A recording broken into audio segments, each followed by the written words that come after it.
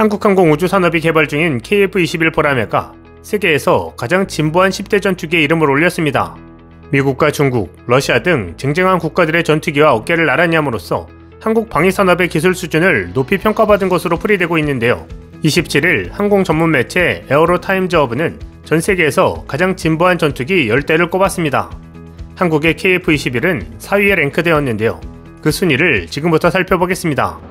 먼저 1위는 로키드 마틴의 F-35 라이트닝 II였습니다. 2006년 생산에 들어간 이래 F-35는 최신 전투기 개발을 구현했습니다. F-35는 스텔스 기능, 세계에서 가장 강력한 항공기 엔진 및 최첨단 레이더를 자랑하고 있는데요. 심지어 조종사는 전례 없는 수준의 상황인식을 제공하는 특수 증강현실 헬멧을 사용합니다. 이 제트기는 모든 측면의 스텔스와 센서 영합을 최대로 끌어올려 가시범위를 벗어난 전투에서 거의 무적으로 평가받았습니다. 게다가 오랜 공중전에서도 스스로를 유지할 수 있습니다. 2017년 모델의 첫 적기훈련에서 F-35는 20대 1의 유격률을 기록했는데 이는 패배할 때마다 20번의 교전에서 승리했음을 의미합니다. 이러한 이점은 대부분 F-35의 전례 없는 상황인식의 결과로 평가됐습니다. 이 전투기는 모든 방향에서 목표물을 추적하고 공격할 수 있지만 F-35의 꼬리에 올라탄다고 해서 미사일로부터 안전하다는 의미는 아니라고 말합니다. F-35는 또한 3가지 뚜렷한 변형이 있다고 소개하는데요. 일반 전투기로 작동하는 기존 F-35A, 수직 이착륙 능력을 갖춘 F-35B, 항공모함에 착륙하도록 설계된 F-35C. 처음에 이 전투기는 몇 가지 개발 문제를 겪었고 F-22의 저렴한 대안으로 의도되었음에도 불구하고 빠르게 세계에서 가장 비싼 무기 시스템이 되었습니다. 그러나 신형 F-35의 원가가 하락하고 부족한 부분이 보완되면서 점점 더 많은 국가에서 F-35를 주문하고 있어 뜻밖의 수출 성공을 거두고 있다고 소개하고 있습니다. 2위는 중국 청두의 J-20 마이티 드래곤이었습니다. 중국 최초의 5세대 전투기인 J-20 마이티 드래곤은 F-22 및 수호이 57과 경쟁하도록 설계된 무겁고 강력한 전투기인데요.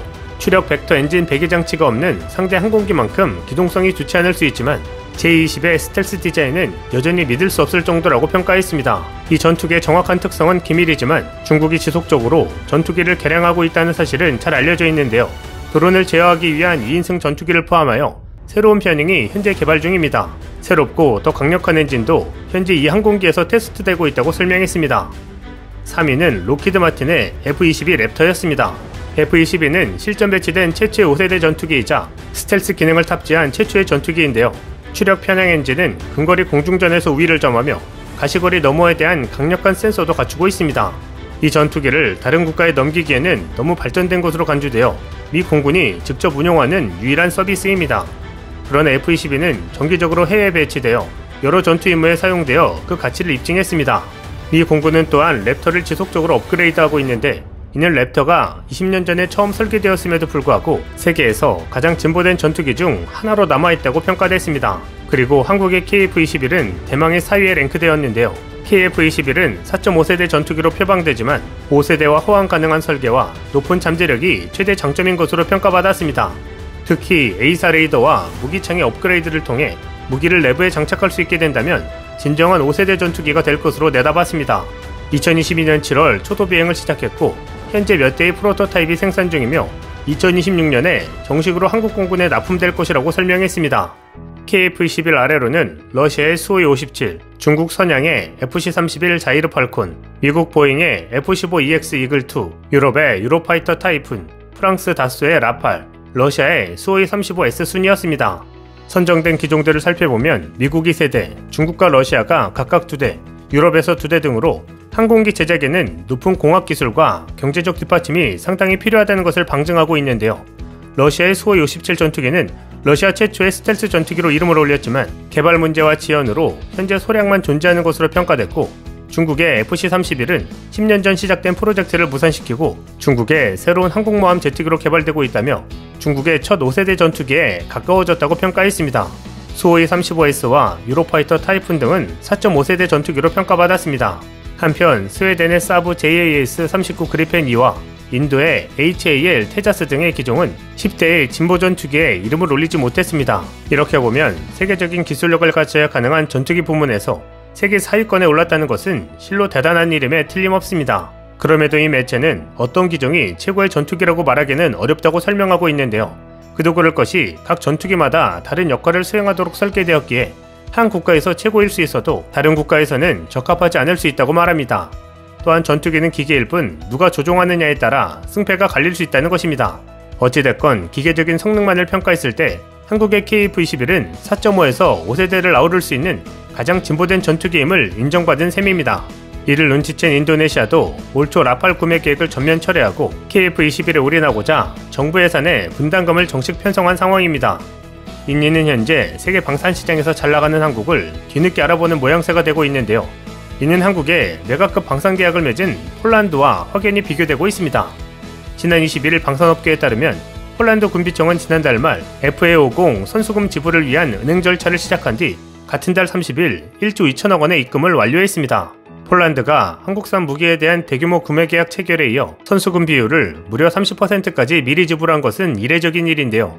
통상적으로 무기 수출 계약금은 선수금은 10% 정도 비율에 1년 정도 여유를 두고 지불하는 것과 비교되는 일입니다. 인도네시아와 비교하면 더욱 체감이 큰데요. 인도네시아는 2016년부터 한국 정부와 전투기를 공동 개발하기로 협의했고 전체 사업비 8조 1천억 원의 20%인 약 1조 6천억 원을 10년에 걸쳐 납부할 예정이었습니다. 미납금이 누적되자 인도네시아는 지난해 전체 부담금의 30%인 약 5,100억 원을 현물로 납부하겠다고 요구했습니다. 그러나 인도네시아가 납부한다는 현물의 종류나 납부 기한도 정해지지 않았는데요. 지난 7월 조코 위도도 인도네시아 대통령이 방한해 윤 대통령과 정상회담을 갖기도 했지만 실질적인 해결에는 실패했습니다. 가까스로 인도네시아는 사업을 지속하겠다는 입장만 확인해줬는데요. 지난달에는 약 3년 10개월 만에 약속이행 담보금 명목으로 약 94억 원을 방사청에 납부했습니다. 전체 미납금의 약 1%에 불과하지만 정부와 카이는 인도네시아가 사업에 계속 참여할 것이라는 의지를 보여준 것으로 평가했습니다. 이에 비하면 폴란드는 한국 방산에 큰손이 되고 있는 것인데요. 카이는 폴란드에 FA50 12대를 2023년 말까지 우선 납품하고 나머지 36대는 2025년 하반기부터 순차적으로 납품할 예정입니다. 카이는 조속한 납품을 통해 폴란드와 신뢰를 쌓아 KF-21 수출도 공략할 기세인데요. 카이 관계자는 개발 단계에 있고 아직 이야기되고 있는 건 없지만 수출 의사는 있다고 밝혔습니다. KF-21은 분담금 문제 외에도 완전 국산화를 위한 과제도 남아있는데요. KF-21의 부품 국산화율은 1호기 기준으로 65% 수준으로 알려져 있습니다.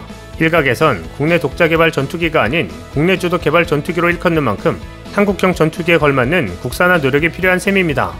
다만 산업의 근간인 반도체의 경우도 소부장의 해외 의존도가 높지만 국내산이라고 부르는 만큼 완전 국산화에 집착을 벌여야 한다는 주장도 나오고 있습니다. 차질 없이 개발돼 보라매가 한반도를 지키는 든든한 역할을 해주기를 기대합니다. 이상 시온TV였습니다.